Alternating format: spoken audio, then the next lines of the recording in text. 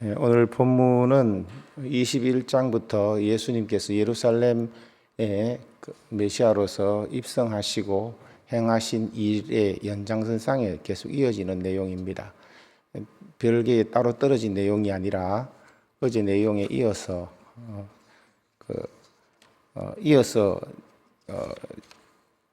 연결되는 그런 사건들입니다. 많은 사람들이 예수님이 예루살렘 성에 입성하실 때에 호산나 다윗의 자손이여 라고 하면서 환호하였고, 그 환호 속에 예수님은 평화의 왕으로 낙이 타고 예루살렘에 입성했습니다. 그리고 성전에 들어가서 성전을 장사하는 자들의 그 상을 엎으시고 성전을 정화시키시고, 그리고 성전에서 말씀을 가르쳤습니다. 오늘 본문 23절에 나타나는 이런 내용은 바로 이 연장선상에서, 성전에서 일어난, 예수님이 말씀을 가르치실 때 일어난 사건입니다. 23절 보시겠습니다. 그때 대제사장들과 백성의 장로들이 예수께 나와 이르되 네가 무슨 권위로 이런 일을 하느냐, 누가 이런 권위를 주었느냐 라고 말했습니다. 백성의 지도자들이 예수께 와서 물은 것은 소란을 피우고 지금 설교를 하는데 우리가 네게 이런 권한을 준 적이 없는데 네가 무슨 자격으로, 무슨 권위로 이렇게 이런 일들을 벌이고 소란을 피우면서 이렇게 설교를 하느냐라고 물은 것입니다. 무슨 권위로 이런 일을 하느냐라는 말은 네가 선지자냐, 메시아냐, 네 신분을 밝히라는 그런 내용이고,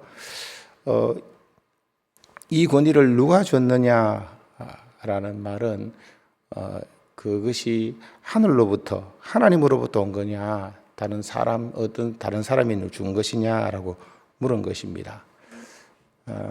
여기에 이제 다른 공간 복음서를 참고하면 예수님의 예루살렘 입성과 더불어서 산헤드린 공회가 열렸고 그들은 많은 의논을 했었고, 의논을 하고 대표자를 파견해서 이렇게 물은 것입니다.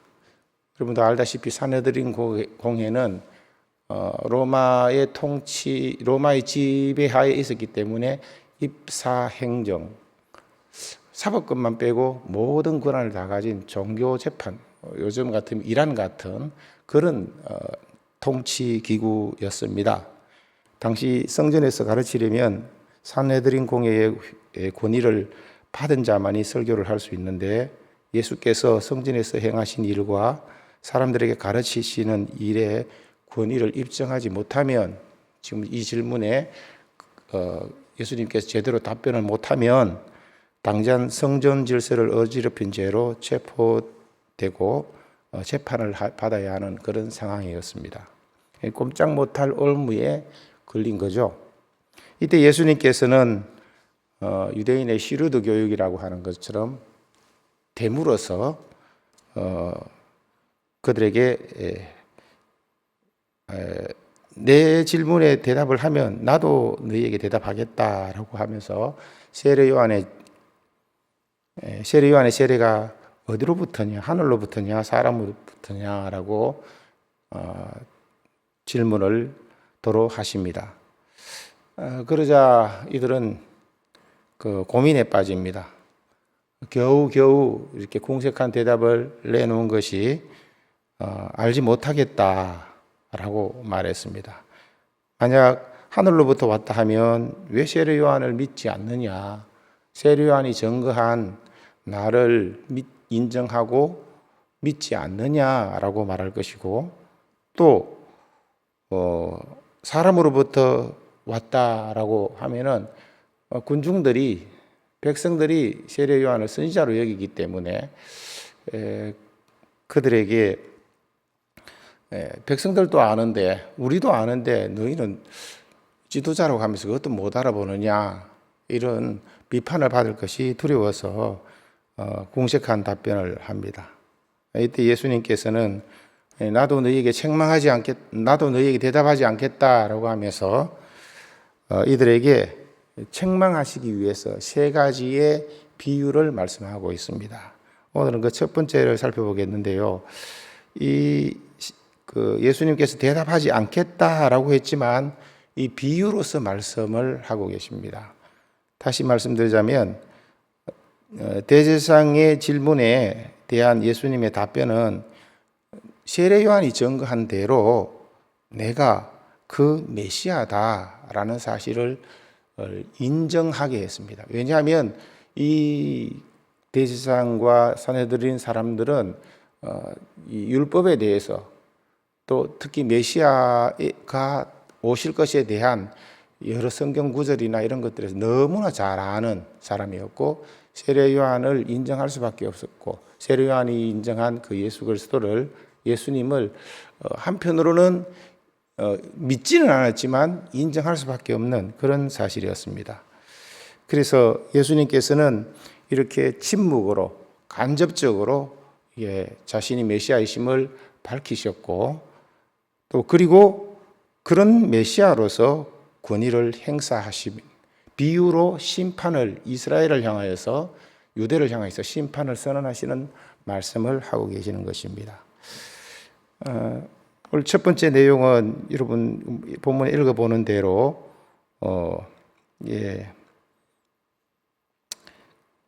그 아버지의 뜻에 순종한 아들은 둘째 아들입니다라고 그렇게 답변을 합니다. 그러자 예수님께서는 대제사장들과 서기관 장로들보다 세리와 창녀들이 먼저 하나님 나라에 들어가게 될 것이다 라고 아주 충격적인 말을 이렇게 대제사장들과 백성들은 이렇게 듣게 되었습니다. 이 말씀의 의미는 지금 둘째 아들은 여기 그 순종하지 않겠다라고 하면서 파택하지 않겠다라고 말했던 이런 둘째 아들은 세리와 창녀 않겠다 하면서 순종한 사람은 바로 세리와 창녀들을 지금 말씀하시는 것이고 가겠다라고 하면서 가지 않은 이 첫째 아들은 지금 바로 대제사장과 장로들 너희들이다라고 예수님께서 말씀하고 계시는 것입니다. 지금 이런 믿음으로는 너희가 가지고 있는 그런 메시아를 영접하지 않는 예수님의 권위를 인정하지 않고 받아들이고 인정하지 않는 그런 것으로는 너 천국에 못 들어간다 라고 이렇게 말씀하신 거죠. 그러니까 엄밀하게 말하면 들어가지 못한다가 아니라 세리와 창녀들이 먼저 들어가고 너희 창녀들이 너희보다 먼저 들어가리라라고 이 말씀의 여지를 남겨놨는 것은 지금 그런 믿음으로는 안 되고 예수님을 영접하고 너희도 회개하고 인정하고 받아들여서 따른다면 들어갈 수도 있다라는 여지를 남겨놓은 것입니다. 그래서 사도행전에 보듯이 많은 제사장들의 무리들을 그들이 예수님을 믿게 되었던 거죠.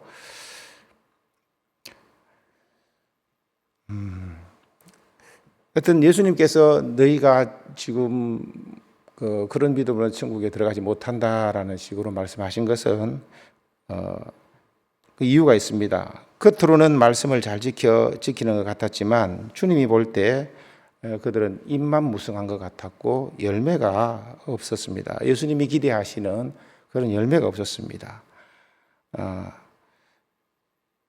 세례 요한이 와서 회개하고 예수를 믿으라라고 이렇게 말했을 때 그들은 믿지 않았고 받아들이지 않았습니다. 여기서 오늘 본문에 보면 예수님께서 32절에 세례 요한에 대해서 이렇게 평가하시는 말씀을 하고 계십니다. 요한이 의의 도로 너희에게 왔거늘 그를 믿지 아니하였다라고 말합니다. 여기 의의 도로 왔다, 의의 도로 너희에게 왔다라고 했는데 이게 무슨 말씀일까요? 요한은 회개의 세례를 외칠 때에 수많은 무리들이 따랐습니다. 심지어 여기 제사장들도 와서 회개의 세례를 받고 그렇게 했습니다.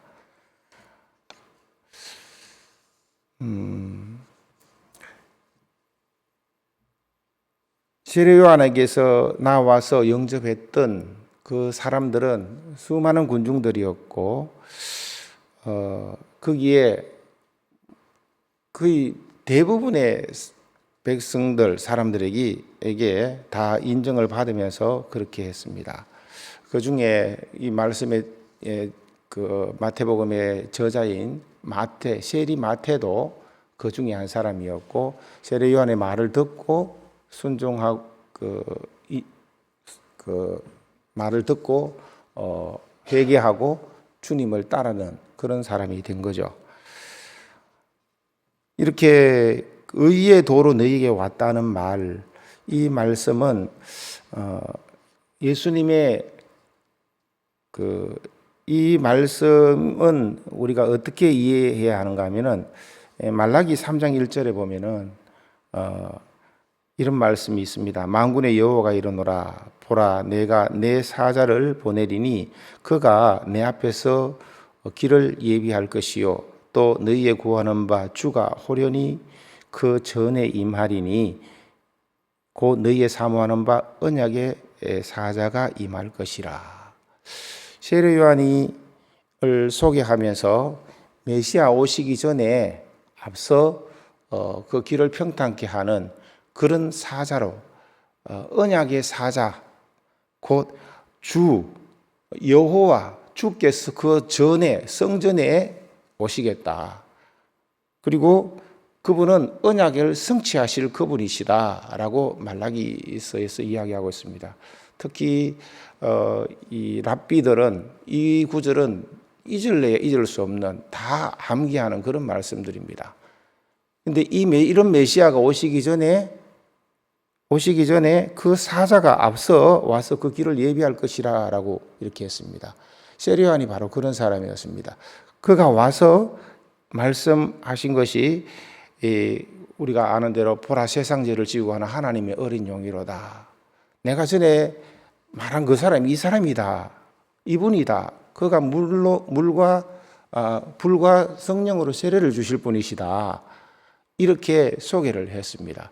그러니까 이 제사장들 무리들은 이미 세례 요한이 하는 말을 들었고 자기들 알고 있는 바고 또 다 보았습니다. 확인까지 했습니다. 그리고 예수님의 사역을 지켜봤습니다. 인정 안 할 수가 없었습니다. 그래서 세례 요한의 이 사역은 예수님의 사역과 마찬가지로 의의 도를, 다시 말하면 메시아가 와서 그 구원의 도를 우리에게 알려주기 위해서 그 전 단계로 회개 세례를 말씀하신 것입니다. 때문에 제사장의 무리들이 예수님의 권위를 인정하지 않고 그 사역을 인정하지 않는 것은 바로 이 언약의 실체이신 예수 그리스도 그 말씀을 알고도 믿지 않고 받아들이지 않은 큰 죄에 해당하는 것입니다.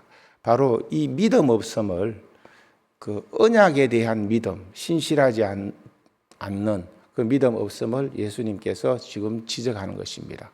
본문에 보시면 계속해서 이 믿음에 관련된 그런 부분으로 연결하고 있는 것을 알 수가 있습니다. 유대 지도자들은 말씀 맡은 자로서 누구보다도 말라기 3장 말씀을 잘 알고 있었고 메시아를 기다리는 사람들이었습니다. 세례 요한이 하나님의 선지자라는 것을 알고 있었고 그 증거를 다 보고 들었고 했습니다.